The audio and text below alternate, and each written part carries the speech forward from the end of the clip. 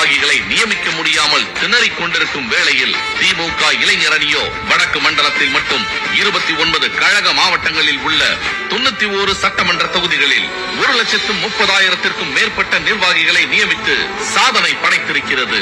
எப்படி நிகழ்ந்தது இந்த மகத்தான சாதனை?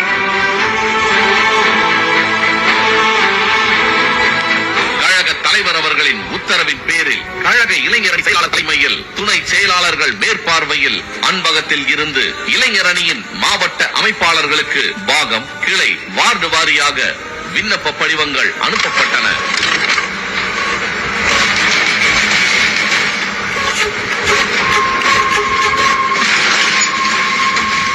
மாவட்ட கழக செயலாளர்களின் ஒத்துழைப்புடன் இளைஞர் அணியின் மாவட்ட அமைப்பாளர்கள், துணை அமைப்பாளர்கள் அதை கழக பணியில் ஆர்வத்துடன் இருந்து துடிப்புமிக்க இளைஞர் அணி உறுப்பினர்களிடம் வழங்கினர்.